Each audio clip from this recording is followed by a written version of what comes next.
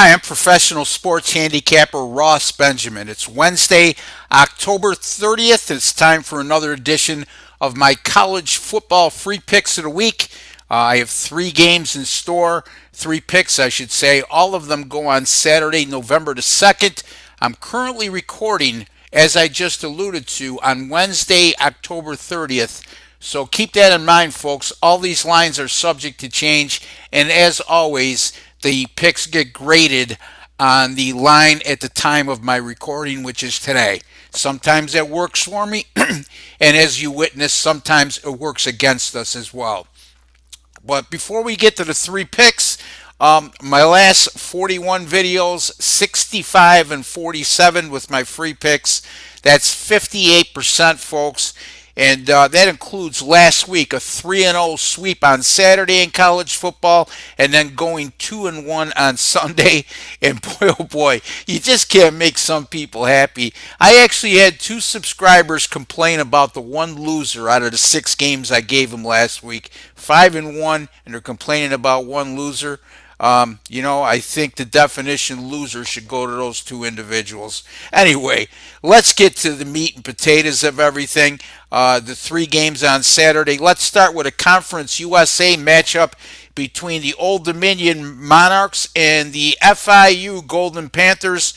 Florida International currently a 17-point home favorite in this contest. This is an Old Dominion team that won their season opener 24-21 against Norfolk State, which plays at the FCS level. Barely escaped that game as a 3-point winner, and they were a large 25.5-point favorite in that game. Since that time, Old Dominion has lost 7 straight games, and this is an anemic Old Dominion offense that's averaging a shade over 14 points per game and around 237 yards of total offense per contest. That's terrible. And they're going to be facing a Florida International team that's gone 4-1 at home this year, and in their 5 home games, Florida International is allowing just a tad over 15 points and 287 yards per game. So a tough matchup for an old EU offense that's struggling against an FIU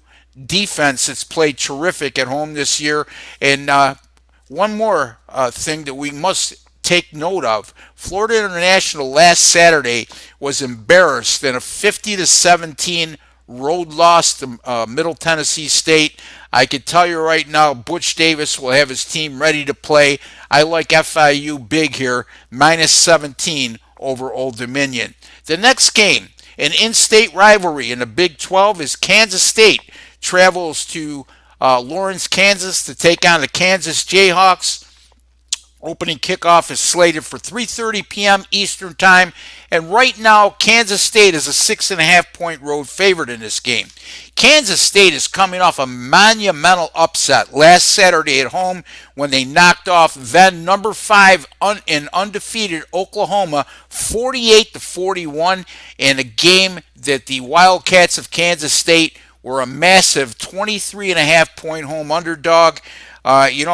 It's a proverbial letdown spot right now for this Kansas State team, who goes from a double-digit home underdog to an away favorite the following week, and then coming off that big upset win. And since 2003, folks, college football away favorites of 7 or less that are coming off a conference home double-digit straight-up win, 1-10 against the spread, and he lost 8 of those 11 games outright. I know some of you out there don't like to get caught up in what you call statistics or trends. That's not a trend, folks. That shows a pattern here.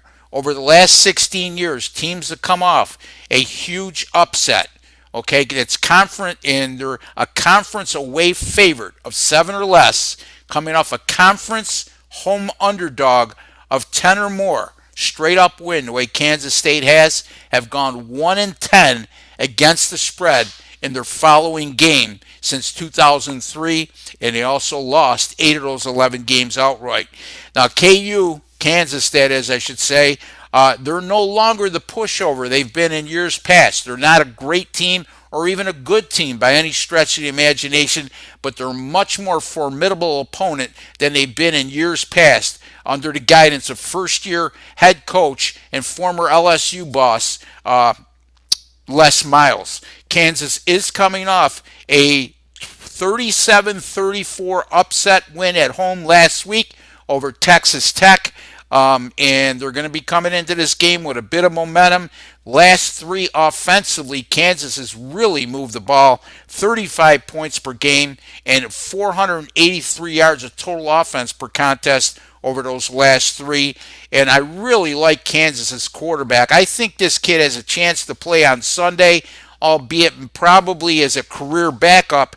But Carter Stanley, 1,900 yards passing this year for Kansas, who's 3-5 as we speak. Not only that, Stanley's thrown for 19 touchdowns against just 5 interceptions and has completed 64% of his passes.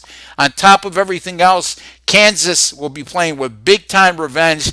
They've lost the last 10 against Kansas State, however, they have covered the last three, including last year in Manhattan, Kansas, on the road. Kansas lost 21-17, but easily covered as a 10-point underdog. I like Kansas here. I think it's a prime spot for an upset, but I'm going to take the points here without getting greedy. I like the Kansas Jayhawks here, plus 6.5. Buy them up to 7, folks. It's a key number. The 3, 7, and 10. We've discussed this before. Not a sign of weakness, just smart betting. Kansas plus 6.5. Buy them up to 7 against Kansas State. Finally, UAB travels to Knoxville, Tennessee to take on the Tennessee Volunteers. Right now, as we speak, Tennessee is an 11.5-point home favorite. Now, if you just look at this game from the outside and just on the periphery, you're seeing a Tennessee team that's 3-5 as a double-digit home favorite against a UAB team that's 6-1.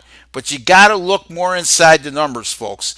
Granted, Tennessee, the obvious thing to look at, Tennessee plays in the SEC while UAB plays in Conference USA. Night and day as far as competition faced. However, let's go even one step further. This is a UAB team that their opening game they won 24-19, barely escaping it against an FCS team in Alabama State, winning that game by 5 as a monumental 39-point home favorite.